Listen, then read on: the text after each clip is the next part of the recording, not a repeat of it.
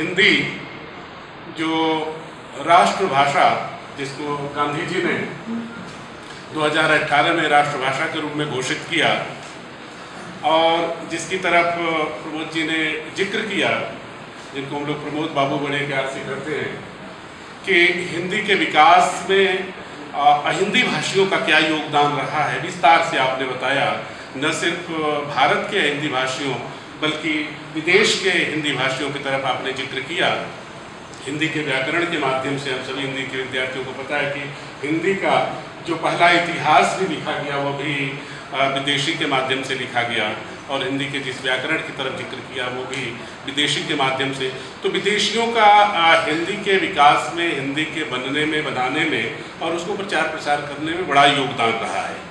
गांधी जी ने उस दिशा में बड़ा काम किया और आज़ादी की लड़ाई का जो सूत्र उन्होंने हिंदी के माध्यम से पिरोया, उसको हम लोग जानते हैं अच्छी तरह से, तो उसका परिणाम क्या निकला। बावजूद इसके 1949 में, जब आप बता रहे थे कि 14 सितंबर 1949 को भारत ने इसको राजभाषा बनाया, तो उस समय भी हिंदी छटपटा रही थी और बमुश्किल पुरुषोत्तम दास टंडन के एक वोट से ये राजभाषा हिंदी बन पाई। उसके बाद क्या दुर्गति हुई, 15 साल और 10 साल का क्रम क्या रहा, वो बताने की ज़रूरत नहीं, हम सबके सामने है। और उसी का कुपरिणाम भी है। मैं बार बार सोचता हूँ कि हिंदी दिवस, मातृ दिवस, पितृ दिवस या दिवस मना करके हमें खुश होना चाहिए या चिंता करनी चाहिए, ये चिंतन का विषय है कि हिंदी दिवस या जो भी दिवस मनाते हैं तो कहीं ना कहीं हमें लगता है कि वो हाशिए पर है, उसको मुख्य धारा में लाना है। आखिर हिंदी जो भारत की सच में राष्ट्रभाषा है, कन्याकुमारी से लेकर के कश्मीर तक हिंदी लोग समझते हैं। बोलने में भले ही कुछ लोगों को कठिनाई हो, लेकिन सब लोग समझते हैं। आप जाकर के पूरे देश में घूम करके देख सकते हैं, हिंदी को लोग समझते हैं। आप जो उसका विरोध देखते हैं, चाहे वो तमिलनाडु या दूसरे जगहों पर, वो विरोध भी हिंदी का विरोध नहीं है, बल्कि एक राजनीतिक उसका कारण है। हिंदी को राजभाषा बनाते समय जो विरोध हुआ वो भी एक राजनीतिक कारण था, और वर्तमान में भी जब विरोध होता है तो उसका भी राजनीतिक कारण होता है, न कि भाषा के स्तर पर कोई कारण होता है। तो बड़ा स्पष्ट है कि हिंदी देश की भाषा है, और ये देश नहीं बल्कि अब तो दुनिया की भाषा बन गई है। आपको जान के आश्चर्य होगा कि दुनिया भर में, भारत को छोड़ दिया जाए तो 175 से ज़्यादा विश्वविद्यालयों में हिंदी की पढ़ाई लिखाई होती है। कल ही राष्ट्रपति महोदय ने एक विदेश के विश्वविद्यालय में हिंदी के पीठ की स्थापना की घोषणा करके किया उन्होंने। तो दुनिया भर में हिंदी की पढ़ाई लिखाई हो रही है। दुनिया भर के लोग हिंदी को बोल करके गर्व महसूस करते हैं। हिंदी दुनिया की सबसे बड़ी बोली जाने वाली दूसरी भाषा विकिपीडिया में पिछले दिनों तक थी, अभी वो पायदान पे खिसक गई है। कारण सिर्फ उसका ये है कि जो दूसरी बोलियां हैं और भाषाएं हैं भारत की, जो हिंदी से बाहर निकलने को छटपटा रही हैं, या फिर राजनीतिक कारणों से उनको निकाला जा रहा है पूरी साजिशों। चाहे वो जो हिंदी की अब भाषाएं, इसलिए मैं कर रहा हूँ कि बहुत सी 8वीं अनुसूची में आ चुकी हैं, तो जो 8वीं अनुसूची में आ गई वो तथाकथित रूप से भाषा हो गई है। लेकिन ढेर सारी बोलियां, चाहे राजस्थान की हो, चाहे बिहार की हो, चाहे मध्य प्रदेश और छत्तीसगढ़ की हो, तमाम जो बोलियां हैं वो हिंदी की उपबोलियां हैं, और हिंदी एक ढेर सारे बोलियों और भाषाओं का समुच्चय है। तो उस दृष्टि से देखें तो हिंदी मुझे लगता है कि दुनिया में सबसे ज़्यादा बोले जाने वाली भाषा है। अंग्रेजी जिसकी बात हम लोग करते हैं वो तो मुट्ठी भर लोगों द्वारा बोली जाने वाली भाषा है।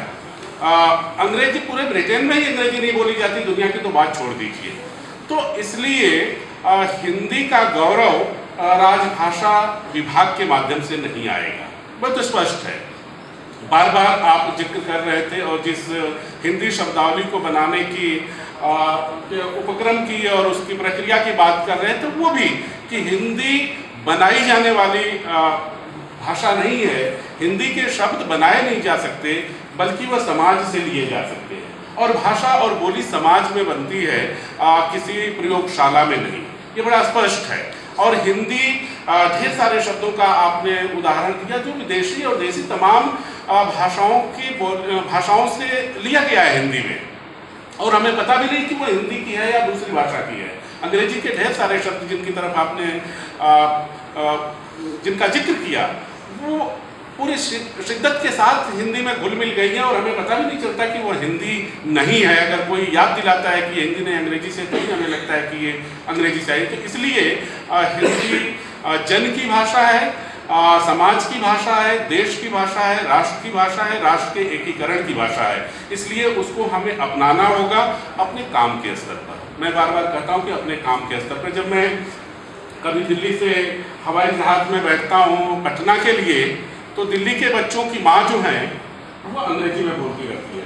कष्ट होता है सुन करके कि भाई परिचालिका ने पूछा कि मैं इसके बारे में विस्तार हिंदी में दूं कि अंग्रेजी में, तो ढेर सारे लोगों ने कहा अंग्रेजी में।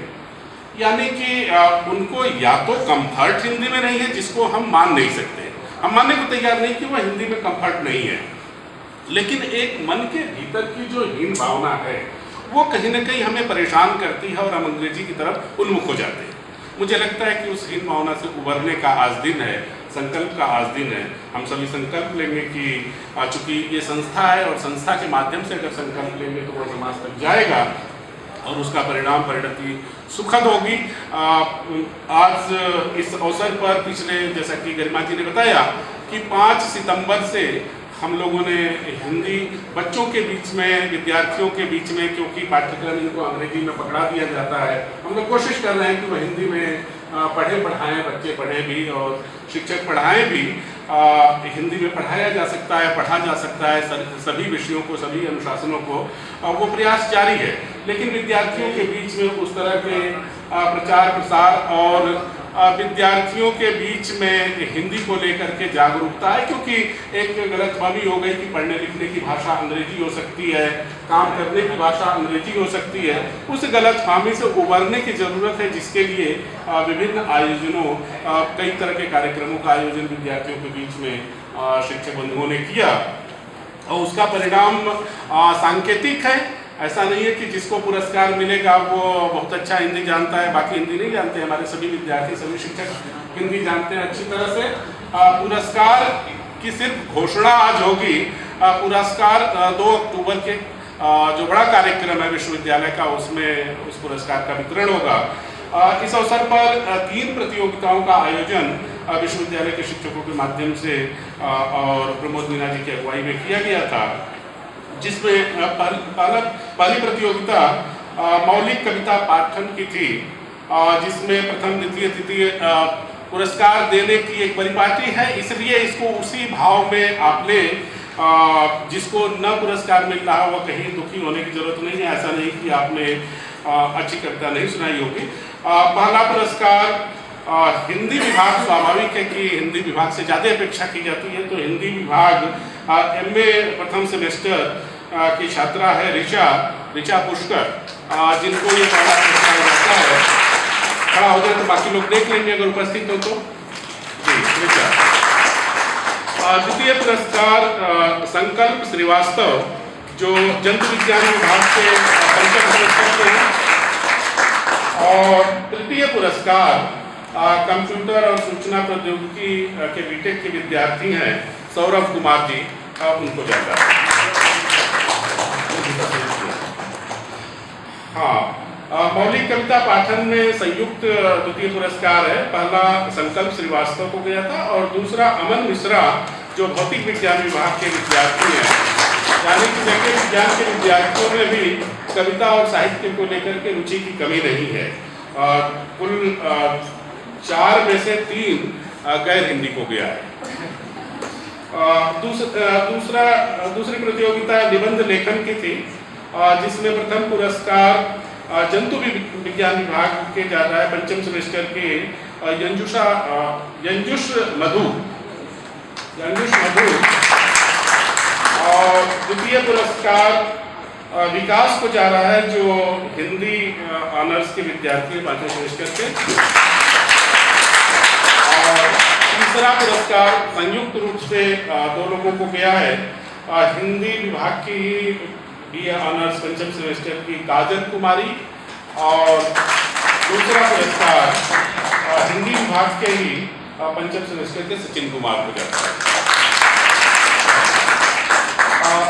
तीसरी प्रतियोगिता जो आशु भाषण प्रतियोगिता थी एक्सटेम्पोर बोलने के लिए, उसमें प्रथम पुरस्कार सचिन कुमार को जाता है जो हिंदी विभाग के हैं, और द्वितीय पुरस्कार संयुक्त रूप से है मीडिया विभाग के एमए प्रथम सेमेस्टर के नवीन कुमार तिवारी, और दूसरा संयुक्त रूप से एमफिल हिंदी विभाग प्रथम सेमेस्टर के रश्मि सिंह।